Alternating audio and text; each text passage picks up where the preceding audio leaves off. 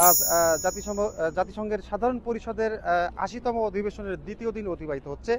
দ্বিতীয় দিনেও বাংলাদেশের প্রধান উপদেষ্টা ডক্টর মোহাম্মদ ইউনূস ব্যস্ততম দিন অতিবাহিত করছেন। তিনি আজকে কমপক্ষে 10টির বেশি উচ্চ পর্যায়ের মিটিংয়ে তিনি অংশ নিয়েছেন। এর মধ্যে এসডিজি বিষয়ক, স্বাস্থ্য বিষয়ক সহ আরও বেশ কয়েকটি মিটিংয়ে তিনি অংশ নিয়েছেন এবং সেই মিটিংয়ে উপস্থিত ছিলেন বাংলাদেশের আইন উপদেষ্টা আসিফ নজরুল, বিদ্যুৎ উপদেষ্টা ফাউজুল করিম সহ আরও যে সব কর্মকর্তারা আছেন এবং কয়েকটি মিটিংয়ে যারা রাজনৈতিক নেতৃবৃন্দ তারাও উপস্থিত ছিলেন। তার মধ্যে অন্যতম ছিলেন এনসিপির তাসনিম যারা একটি মিটিংয়ে তিনি উপস্থিত ছিলেন।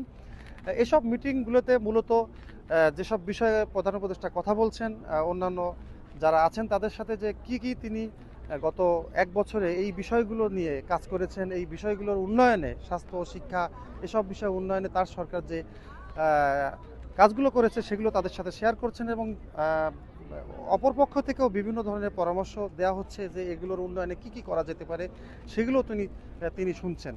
এবং বিশেষ করে প্রধান উপদেষ্টা যেটি ফোকাস করছেন বা বেশি তুলে ধরতে চান যে আগামী দিনে যে নির্বাচন আসছে, আগামী বছর যে নির্বাচনটি হবে ভিত্তিক নির্বাচন, সেটি কতটা সুষ্ঠু সুন্দর হবে।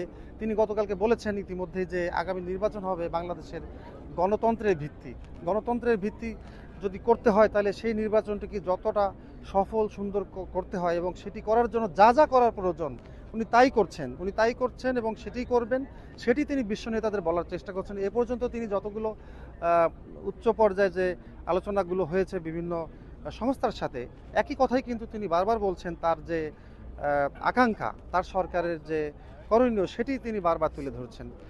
আজকে এছাড়া আজ বিকালে স্থানীয় সময় বিকালে তিনি পাকিস্তানের প্রধানমন্ত্রীর সাথেও তার বৈঠক হওয়ার কথা রয়েছে।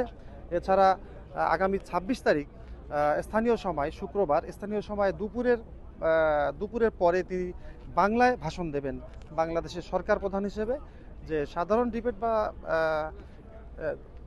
যে ডিবেটটা হয়ে থাকে বা বিতর্ক, সেখানে তিনি বাংলায় ভাষণ দেবেন এবং সেখানেও কিন্তু তিনি একই কথাগুলো তিনি বারবার যেটি বলছেন, এবারকার ৮০তম অধিবেশন তার জন্য অত্যন্ত গুরুত্বপূর্ণ। কারণ হয়তো এটি সরকার প্রধান হিসেবে তার শেষ জাতিসংঘ সফর হতে পারে বা হবে, যে কারণে তিনি এই সফরটিকে অত্যন্ত গুরুত্বের সাথে নিয়েছেন এবং তার সাথেও যারা কথা বলছেন এ পর্যন্ত আমরা দেখেছি, তারা অত্যন্ত গুরুত্বের সাথে কথা বলে তার কাছে জানতে চাইছেন যে আগামীতে তিনি কি করবেন।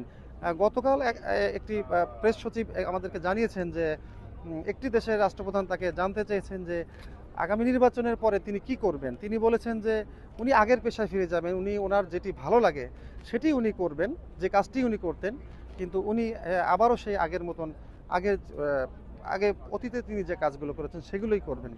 তো দর্শক, জাতিসংঘের অধিবেশনের যে দ্বিতীয় দিন আজকে শেষ হচ্ছে। এটি ছিল এখনকার মতো সর্বশেষ খবর।